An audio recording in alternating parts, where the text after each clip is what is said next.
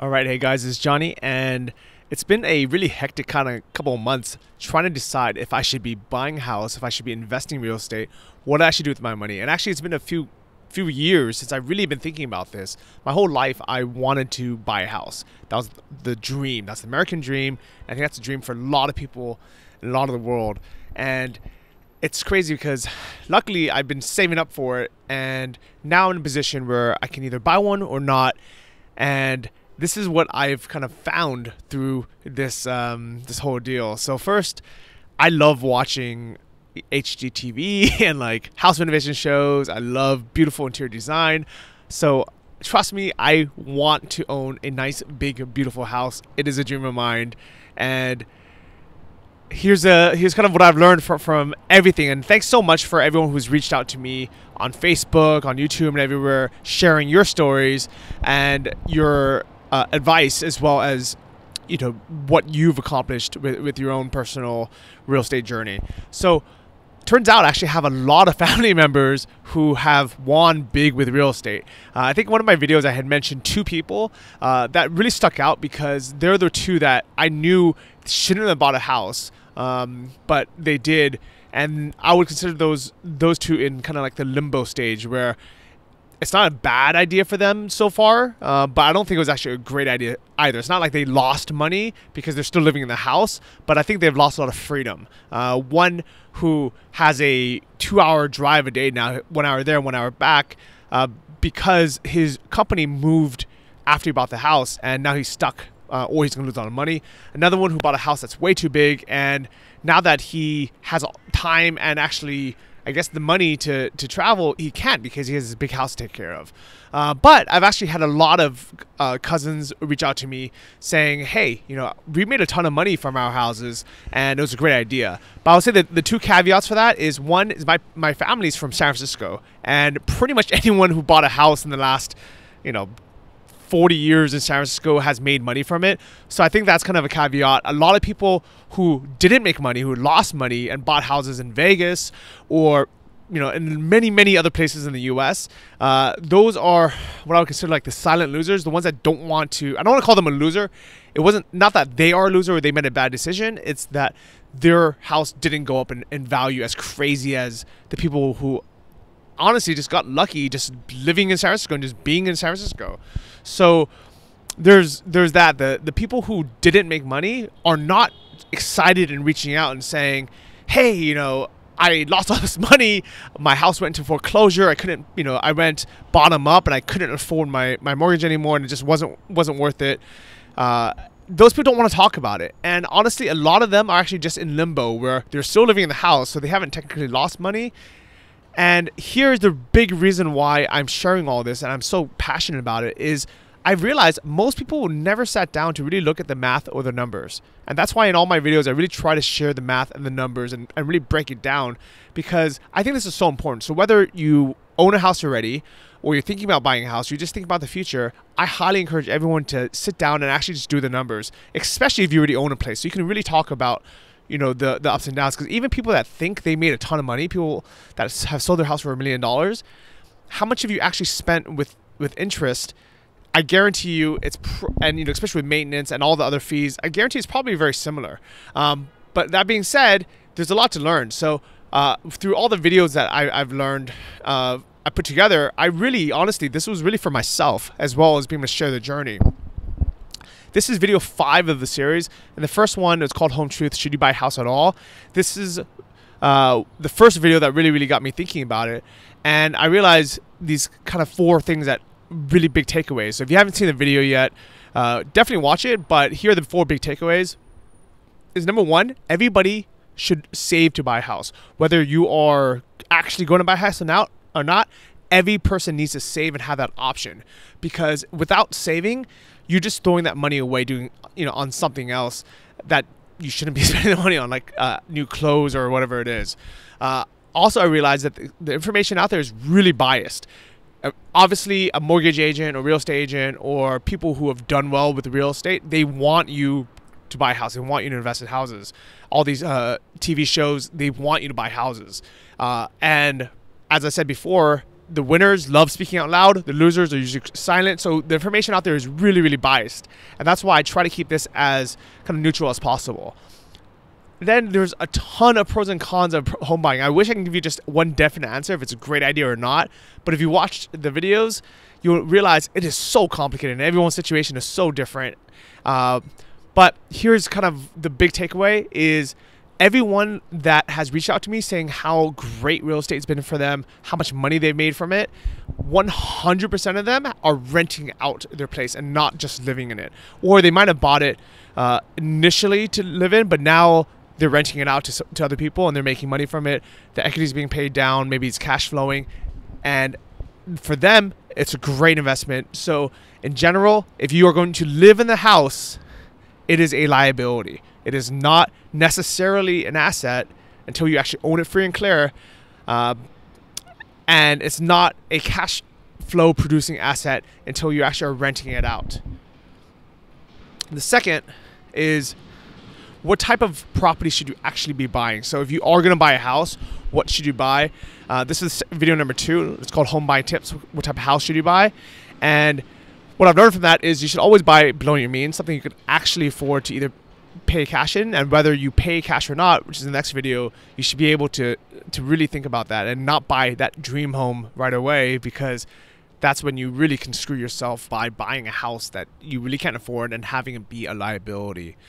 So if you do want to buy a house, the ones that I have looked into that I suggest that I would buy for myself are either multiplexes, at least a duplex, so you could rent out part of the unit or half of the unit and then live in the other half. Even better, a triplex or a fourplex or something bigger.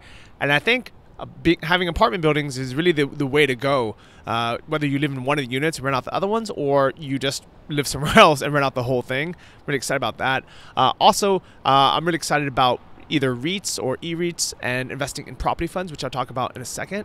But one big question that a lot of people I had for myself that I couldn't really easily answer is, while you are, living somewhere, you have to live somewhere, are you just throwing money away in rent? And it's a lot of money. It could be $1,000, it could be $2,000 a month or more that you're just throwing away. And this was a really big question that I had to really just answer for myself before I can even move on. So here is what I found through doing the math, is you are always paying rent to somebody, whether you're paying it to the landlord for living in the apartment or the house or the unit, or you're paying it to the bank for interest. And that really kind of blew my mind. I didn't really think about it that way until I sat down and did the math on that. And I realized you really are just paying money, throwing money away either way. So it's almost kind of a wash. But watch the video for kind of the full explanation.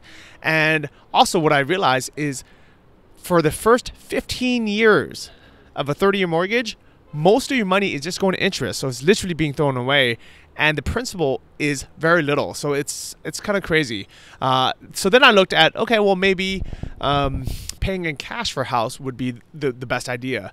And that's when we got into opportunity costs. So that was the last video. Number 4 is it a good idea to buy a house in cash? Or is it a better idea to take out a mortgage? And what are the pros and cons? And turns out there's actually a lot of downsides and upsides in buying a house in cash. So if you haven't seen that video yet, take a look at that. But what I've taken away from all this is it's very hard to save to buy a house in cash. Most people are not going to be able to do it. So by buying a house and having a mortgage is actually a great forced savings plan. And that's actually why buying a house, even though it may be a liability, may not be the best, type of asset, for most people, it's still the best option, because they are not probably going to invest money. They're probably going to spend it if they think they have free spending cash. So that's kind of a crazy thing. Watch that video for kind of more information. But what's also crazy is how easy it is to pay off your mortgage earlier, and how much money you end up saving by simply doing little tricks that I explained in the video, like paying your mortgage every 2 weeks instead of every month ends up saving you a crazy amount of money, and the math there. So the other big thing I learned is what the real difference is between an asset and a liability. And I should have known this because I read Rich Dad Poor Dad. If you guys haven't, it's a great book by Robert Kiyosaki. But what I've really taken away from this, what it really cemented in, is it's a complicated subject.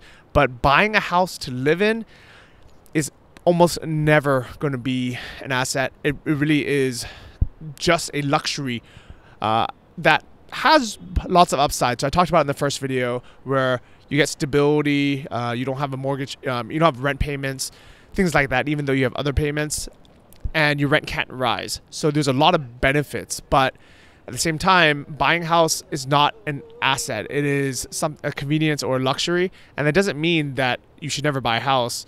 It means that you should understand that this is a treat and not the best investment there is. But I've also realized that investing in real estate is an excellent thing, and that there's so many people who've made a lot of money through investing in real estate, and that when you do it as an investment, it completely changes the game. So it's almost unfair when people lump the two together.